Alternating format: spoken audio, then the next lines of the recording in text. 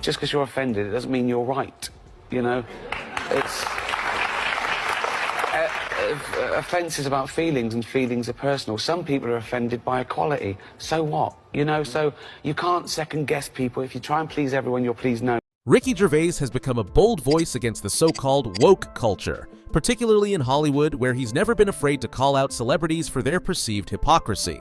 One of the most famous instances was at the Golden Globes, where he didn't just poke fun at Hollywood's elite, but actively criticized them for their virtue signaling and political posturing. Hi guys, Ricky G here, wellness and beauty influencer. As a celebrity, I know all about stuff, like science and politics. So trust me when I tell you who you should vote for. If you don't vote the right way, it's like a hate crime. It makes me sad and angry, and I'll leave the country. And you don't want that. Gervais cleverly uses satire and sarcasm to expose the irony in woke culture. In one clip, he pretends to be a Hollywood influencer, mocking the way celebrities often present themselves as experts on issues like politics, while pressuring their audiences to follow their beliefs. His caricature of these influencers, who seem to think their fame makes them authorities on serious global issues, calls attention to what he views as their disconnect from the real world. You can get sued in this country for saying someone's gay if they're not, you know, which is a homophobic law, because you can't be sued the other way around. You can't be sued for saying someone's not gay if they are, which seems unfair. The backlash Gervais has faced, particularly around sensitive issues like gender identity, further highlights the conflict between his humor and modern cultural norms.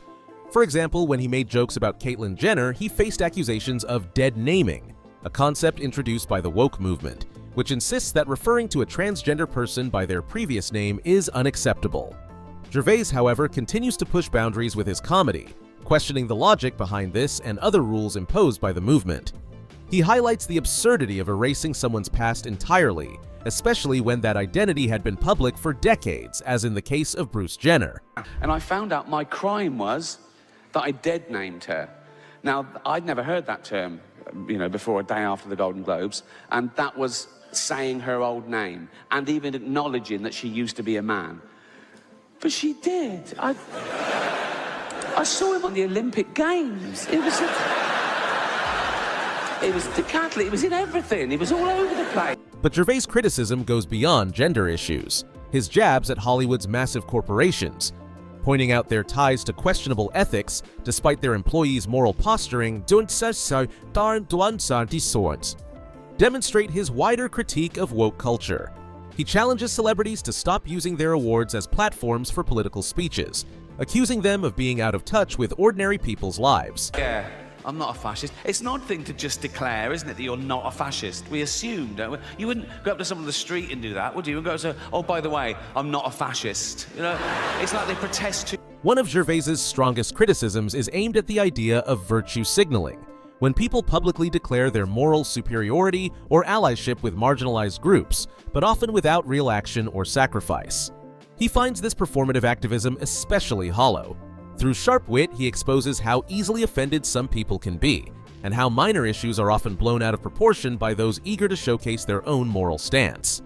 Well, you say you're woke, but the companies you work for, I mean, unbelievable. Apple, Amazon, Disney. If ISIS started a streaming service, you'd call your agent, wouldn't you? So, if you do win an award tonight, don't use it as a platform to make a political speech, right? You're in no position to lecture the public about anything. You know nothing about the real world. Ultimately, Ricky Gervais stands out not just for his comedy, but for his unflinching criticism of what he sees as the contradictions and absurdities of woke culture.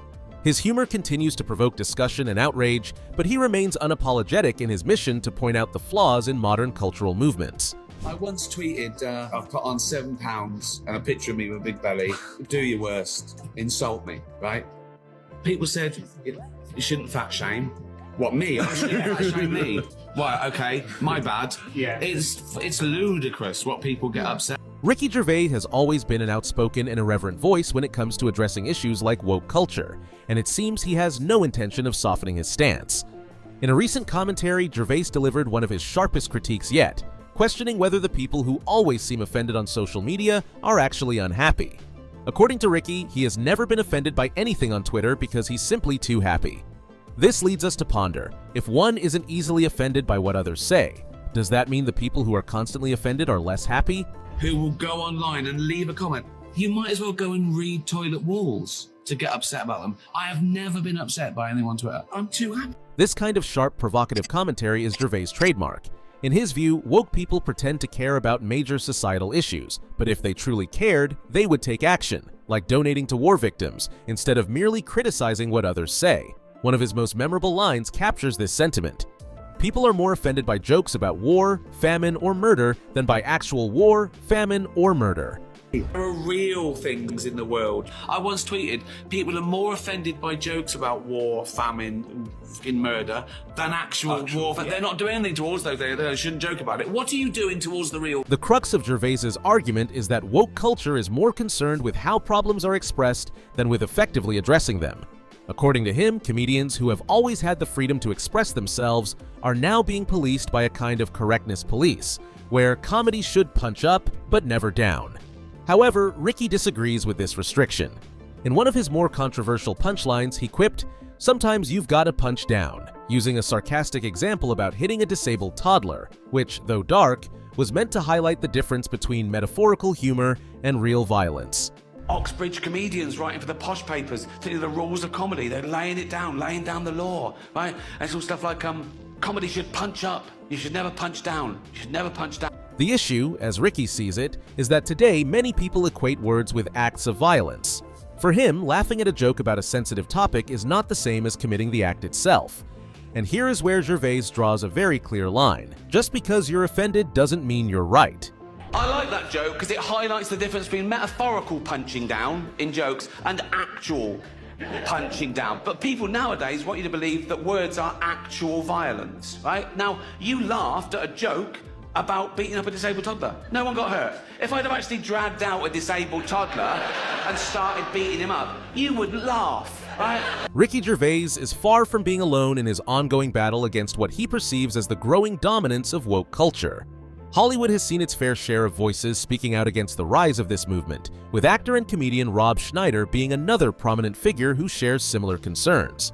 Schneider has been quite vocal in expressing his worry about the increasing limitations being placed on freedom of speech, particularly in spaces that were once dedicated to open dialogue and critical thinking, such as college campuses. In his view, these institutions, which once prided themselves on being bastions of free expression, are now increasingly becoming places where speech is heavily regulated.